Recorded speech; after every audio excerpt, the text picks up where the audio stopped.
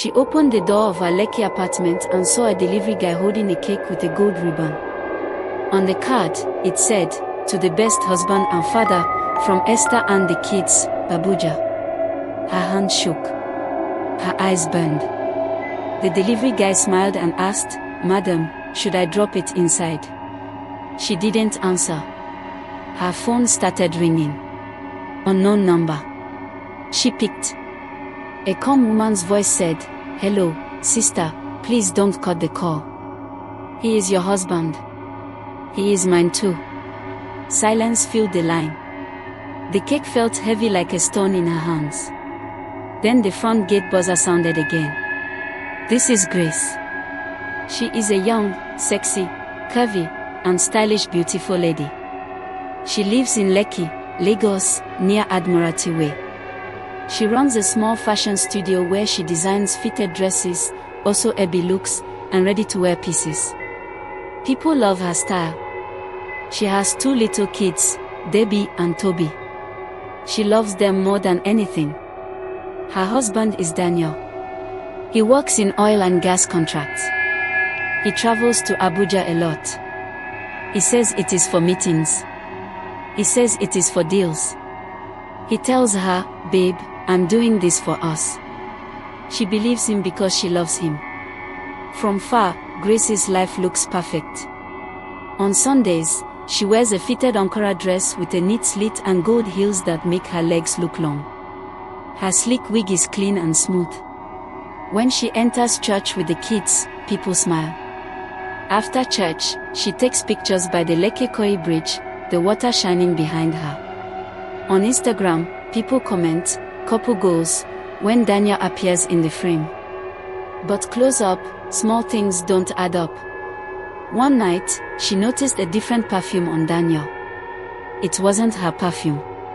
It was soft, like vanilla and baby powder. When she hugged him, the smell stuck to her blouse. She asked, "New cologne?" He laughed. "Oh, hotel towel. You know those things." She smiled back, but a small stone sat in her chest. Another time, he forgot his second phone in the car. He said it was for office. The wallpaper was just black. No pictures. No emojis. Too clean. Too careful. On a Friday, Grace packed his travel bag. She liked doing it. It made her feel close to him. She put white shirts, a navy suit, brown loafers, and a small bottle of coconut oil because Abuja is dry. When she lifted the bag, she heard a tiny click in the lining. She pressed the seam and felt a hard circle. It was a tracker. Her heart beat fast. She didn't put it there. He didn't say he put it there. Who put it there? She wanted to ask, but she feared the answer. So she kept quiet. The next week, Debbie brought home a drawing from school. A man with a big smile. 2 girls. 1 boy. A woman with a headscarf. "Daddy and all of us," Debbie said. Grace smiled. "Where is Mommy?" Debbie pointed to the woman with headscarf. "This is Mommy." But the woman didn't look like Grace. The scarf and long gown looked like someone else. Maybe a teacher helped her. Still, the stone in Grace's chest grew heavier. At night, when the kids slept, Grace sat at her sewing table. She trimmed fabric. She hummed soft songs. She told herself, "It is stress. It is travel. Lagos is hard." But then the cake came. Grace stood by the door with the cake. The card in gold letters stared at her, Esther and the kids. The unknown number kept ringing, so she picked. "Hello. My name is Esther. Please, sister, don't be angry. I did not know he was married before. I swear. I found out last week." Grace said nothing. She pressed her lips. "We live in Lekki, Abuja," Esther continued. "I have 2 kids for him. He stays with us most weeks. He told me he travels to Lagos for work. I found your number in his notes. I called because I can't take the lies again. Grace's head felt hot. She walked to the dining table and placed the cake down. The cake looked rich and smooth. The letters looked sweet, but they cut like a blade. What do you want? Grace finally asked. I want the truth, Esther said. And if the truth is what I think, I want us to stand together. He has been playing both of us. He cannot keep doing this. Grace remembered the perfume. She remembered the tracker. She remembered the drawing. Why send a cake to my house? Grace asked. I didn't, Esther said. I think he did.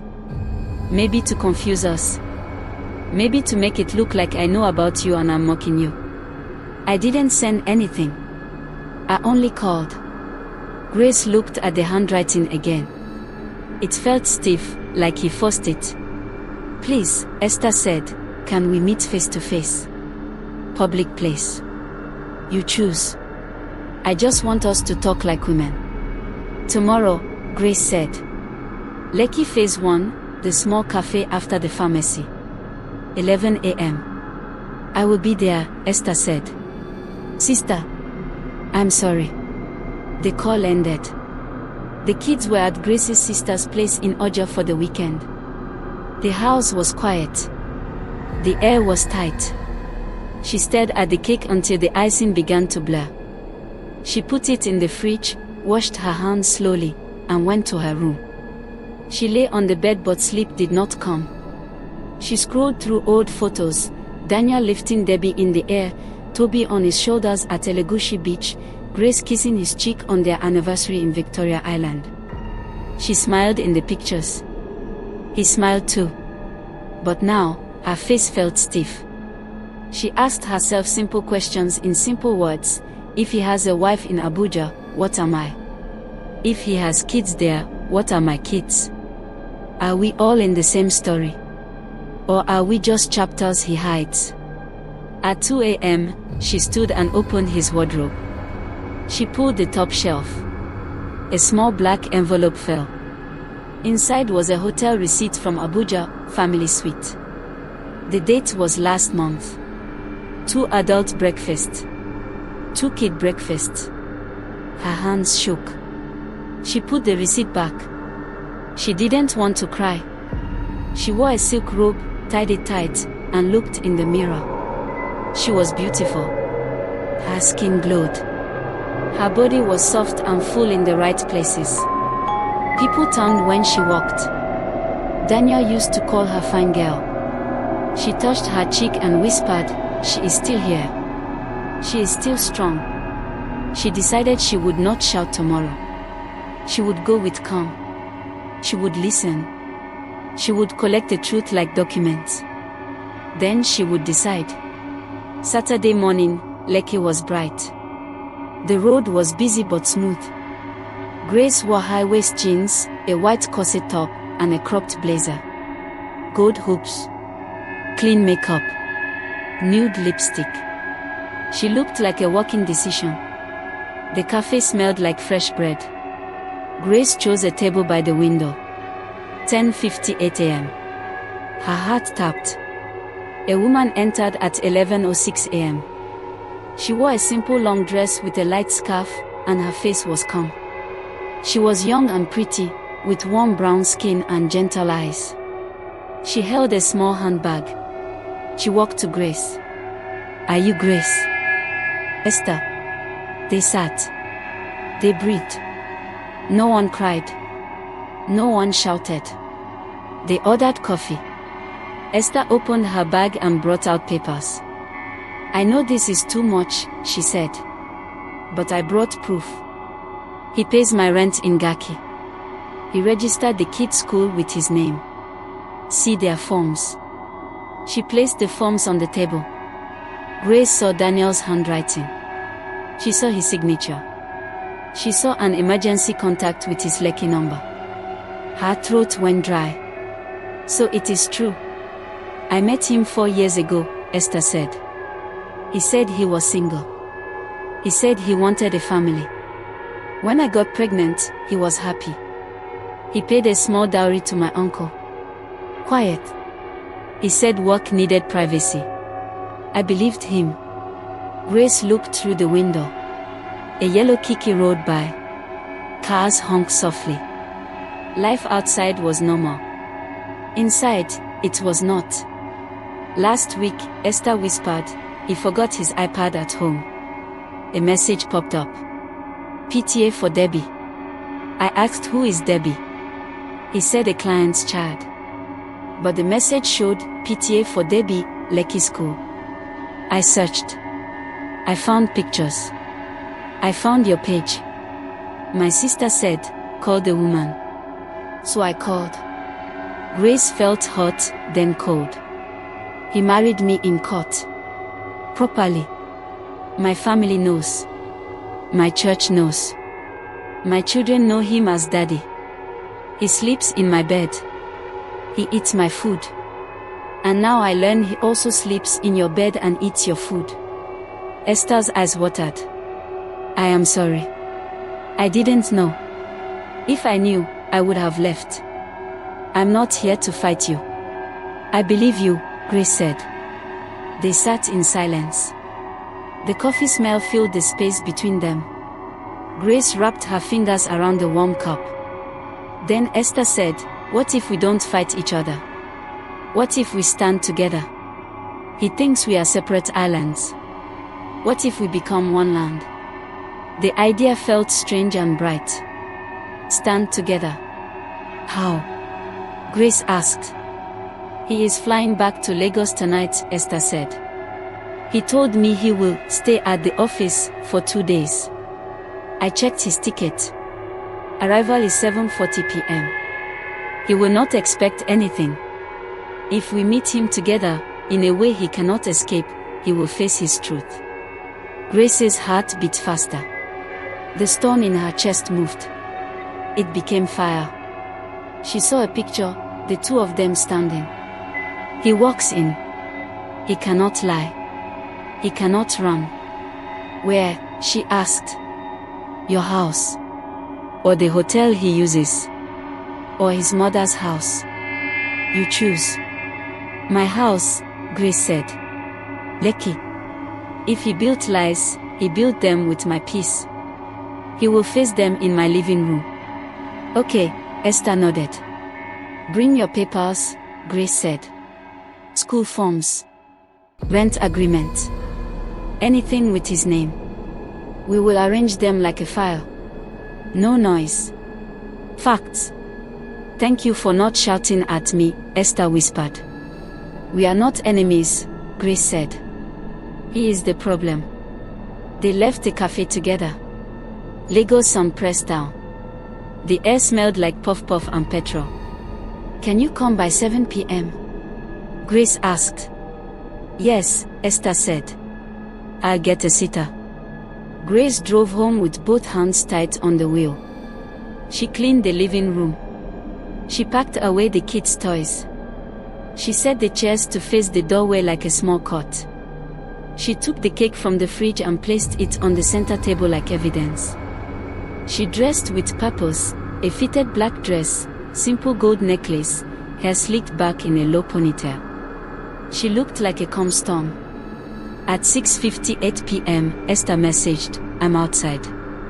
Grace opened the side gate. Esther walked in, holding a brown envelope. Nervous but firm. Inside, they spread everything, receipts, school forms, pictures from holidays in Abuja, a selfie of Daniel in a playground with Esther's children. Grace added her own proofs, wedding certificate copy, the kids' birth certificates, family photos. The table looked like a map of his lies. 7:32 p.m. Grace turned off the bright chandelier and left only the standing lamp. Warm and serious. A text from Daniel, babe, landed. Network bad. Home soon. Grace typed, okay. I'm home. Are you ready? Esther asked. Yes, Grace said. They sat. They waited. At 7:51 p.m., a car stopped at the gate. The engine went off. The central lock beeped. Footsteps on the tiles. A key turned. The door opened. Daniel stepped in with his travel bag, smiling, already talking. "Babe, you won't believe." He stopped. He saw Grace in the black dress. He saw Esther with the envelope. He saw the cake. He saw the papers spread out like quiet fire. His smile died. His eyes jumped from one woman to the other, then to the table, then back. Grace leaned back, voice soft and steady. "Welcome home, husband." Esther folded her hands. Daniel's throat moved. He dropped the bag. The sound echoed. Grace pointed to the empty chair facing them. "Sit," she said. "Tonight, you will tell the truth." Daniel opened his mouth. And the door behind him swung wider as another shadow stepped into the light. The shadow behind Daniel stepped into the light. It was his older sister, Funk. She held a nylon bag with suya and a bottle of malt. Her voice came out fast. "Grace, good evening. Don't make noise. Daniel is tired. We can talk tomorrow." Grace did not move. She kept her voice calm. "Sit down, Auntie Funk." Funk looked from Grace to Esther and then to the table full of papers. Her face changed. "What is all this?" "Truth," Grace said. "Please sit." Funk sat, but she leaned forward like a hawk. Daniel did not sit. He watched the exit like a lizard near a wall. Esther's hands rested on the brown envelope. The lamp in the corner made the room look warm but strict. The cake sat on the center table, the gold ribbon shining like a lie. Daniel tried first. "Grace, whatever you think, it's not like that." Grace pointed at the empty chair. "Sit."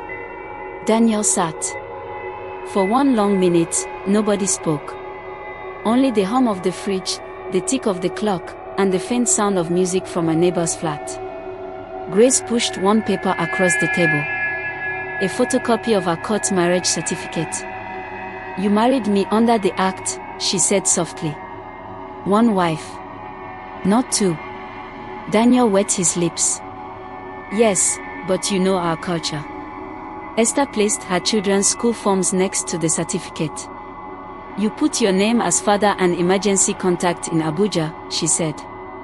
"You told me you were single." Funk hissed and faced Daniel. "You did what?" Daniel looked at Funk for help. "Sister, please." Grace lined the papers like steps: hotel receipt from Abuja, rent agreement for an apartment in Lekki, school fees receipts, pictures of a family picnic in Millennium Park, a selfie of Daniel pushing a swing. She added her own family photos in Lekki, Debbie and Toby's birth certificates, bank statements with school fees debits from their joint account.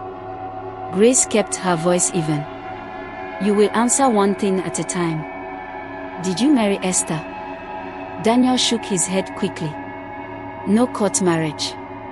"Did you pay any dowry?" Grace asked. Daniel's eyes slipped. "It was small, her uncle." "So you did family rights?" Grace asked. "No. I mean, it was not full," Daniel said. "Please, listen." Funk cut in. "Daniel, answer straight. Did you join yourself to her people?" Daniel's chest rose. He swallowed. "Yes.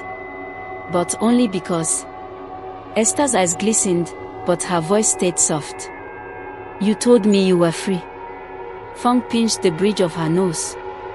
"Daniel, oh." Grace did not raise her voice. She opened her phone and placed it face down. "We are not fighting you. We just want truth. Did you tell Esther about me?" "No," he said. "I wanted to, but you know how things are." "How are they?" Grace asked.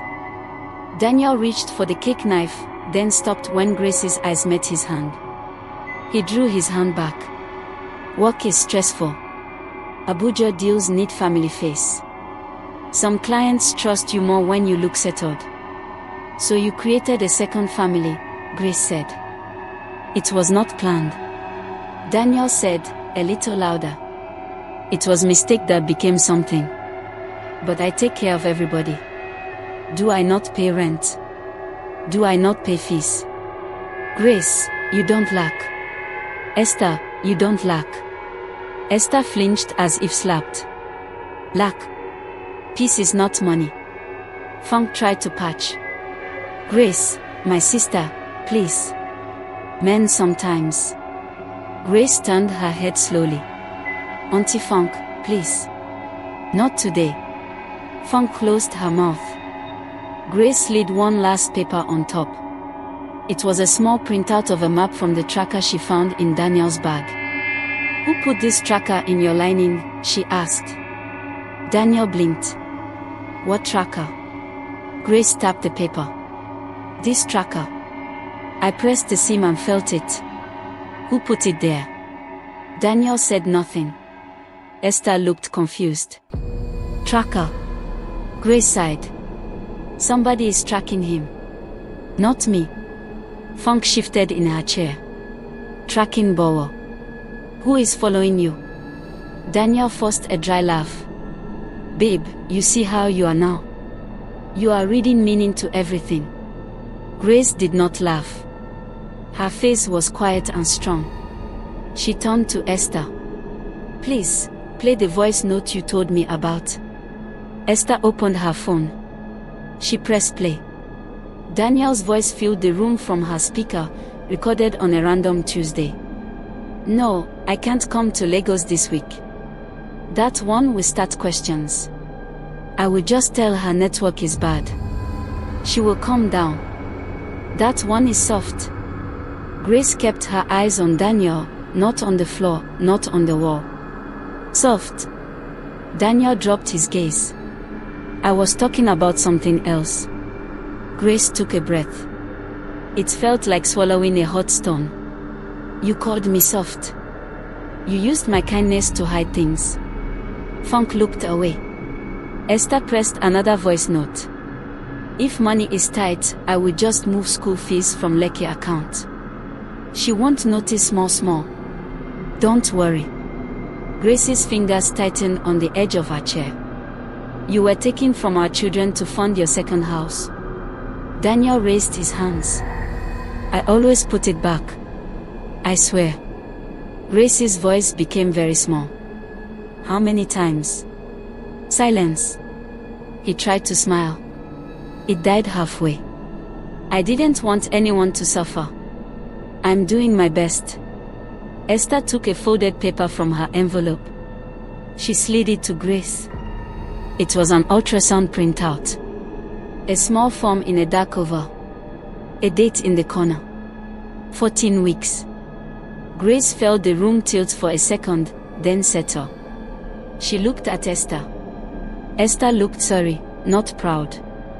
I just found out, Esther whispered. I told him last week.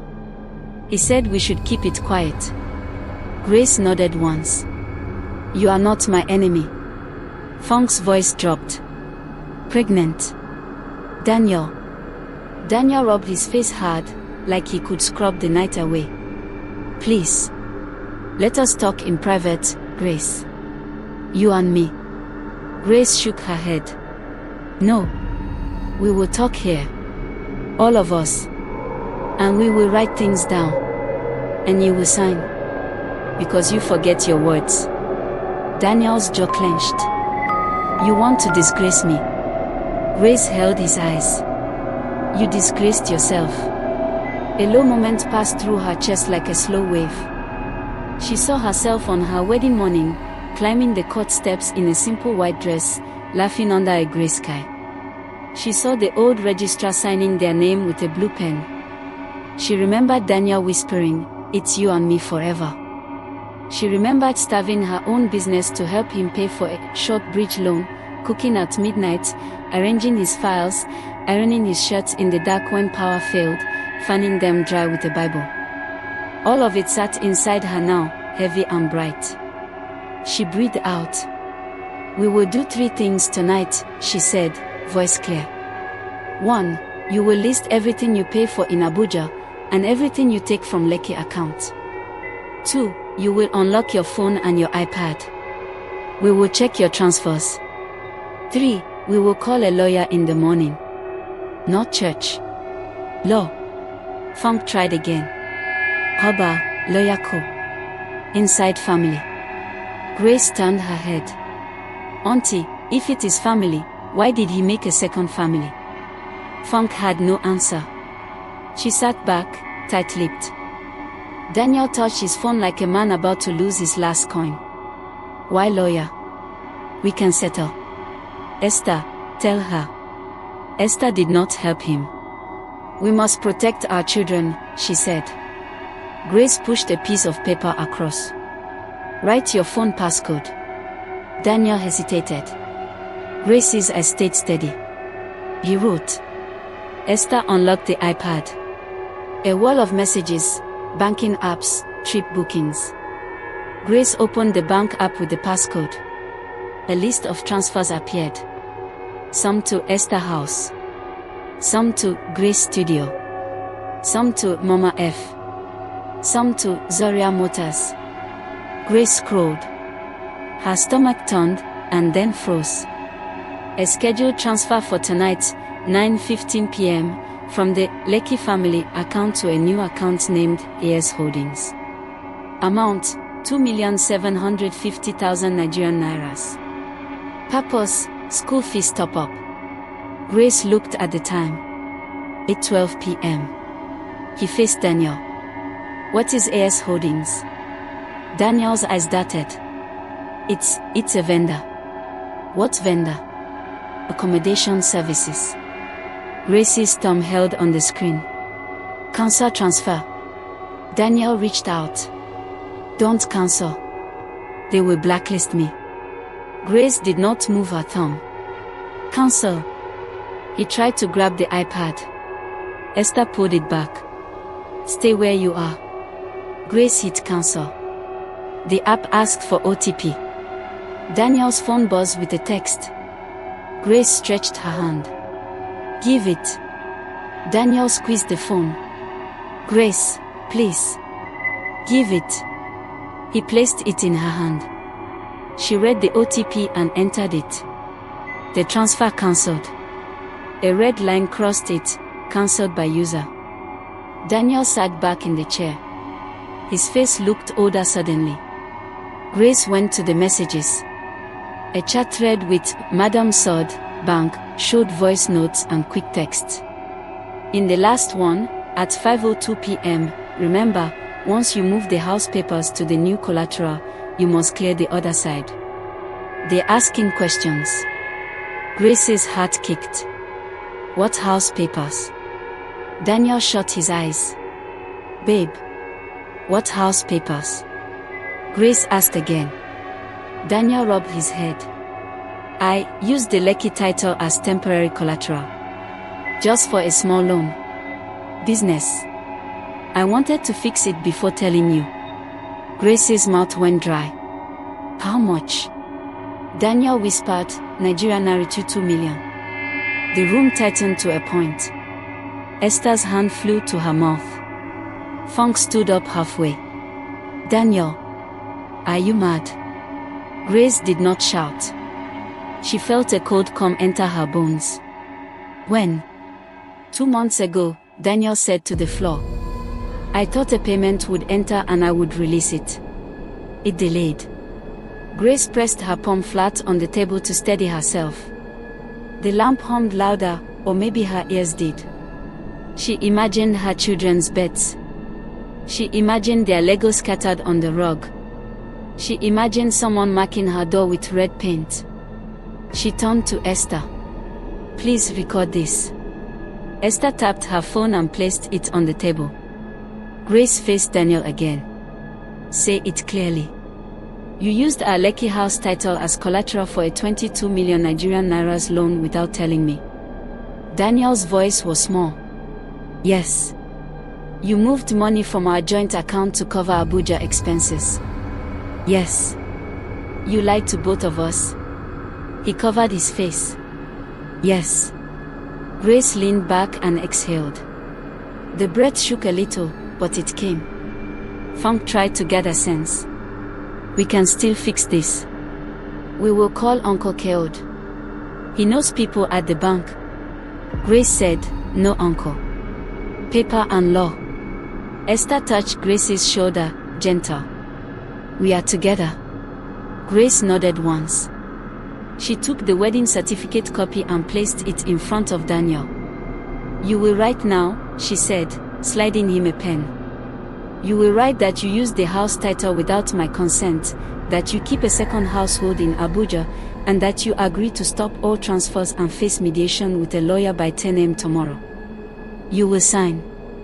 Daniel stared at the pen like it was a needle. His hand shook. He began to write. The scratch of the pen sounded loud and sharp. He wrote his name at the bottom. He added the date. Grace checked it. She folded it once and slipped it into a clear file. For a brief moment, the air softened. The worst thing, the denial, had cracked. Now there was shape. Now there was a road. Grace's phone buzzed in her hand. A message from the estate group chat, please be informed, NEPA will cut power for maintenance in 30 minutes. Kindly prepare. She ignored it. Daniel shifted, searching for one last gap to escape. His eyes flicked to the door. Grace noticed. She stood and pressed the side lock without looking away from him. Esther opened another folder. There is still one more thing, she said quietly. She placed down passport photocopies, Esther's, her 2 children's, and then one new booking paper. It showed an airline logo. Lagos, Nairobi. Departure tonight, 10:20 p.m. Passengers, 1 adult, 2 children. Purchased at 4:45 p.m. Grace stared at the paper. Her stomach turned cold. What is this? Esther whispered, he told me we should take a quick break to think. I refused. I said school started. He booked anyway and told me to pack. I didn't go. I stayed to meet you. Grace looked at Daniel. You were going to run. Daniel flared. It's not run. I wanted peace to think. You women are too emotional. Grace laughed once. It had no joy. We are emotional. You are reasonable. That's the story you like. Outside, a short horn sounded twice. A driver's voice rose on the phone outside, thin through the window. Oga Daniel, I don't reach Keto, time they go. Airport no they wait. No one in the room moved. The horn sounded again, longer. Grace turned her head slowly to the door, then back to Daniel. The lamp hummed. The cake sat between them like a witness. The horn blared a 3rd time. A loud knock rattled the metal gate. A man's voice called out, clearer now. Oga Daniel. We must leave now if we want to make 10:20. Daniel's eyes widened. Funk stood up straight. Esther's fingers tightened on the envelope. Grace did not blink. She spoke in a low voice that seemed to come from the floor. If you take one step to that door, Daniel, you will find the lock changed, the police at the gate, and your name on the lawyer's table by morning. The knock came again, urgent, then a phone rang on the table, Daniel's. The screen flashed, Madam Sod, Bank. Grace and Esther both looked at the screen.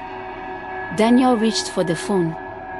Grace reached faster, and pressed answer, put it on speaker, and set it down. A crisp voice filled the room. Good evening, Mr. Baligan. This is Sod from the bank. Compliance just flagged your collateral switch request. We need you to confirm now if your wife consented to the title move. If not, we are required to notify the registrar and freeze related accounts pending investigation. Silence. Grace's eyes stayed on Daniel. Soda's voice came again, firmer. Mr. Baligan, did your wife consent?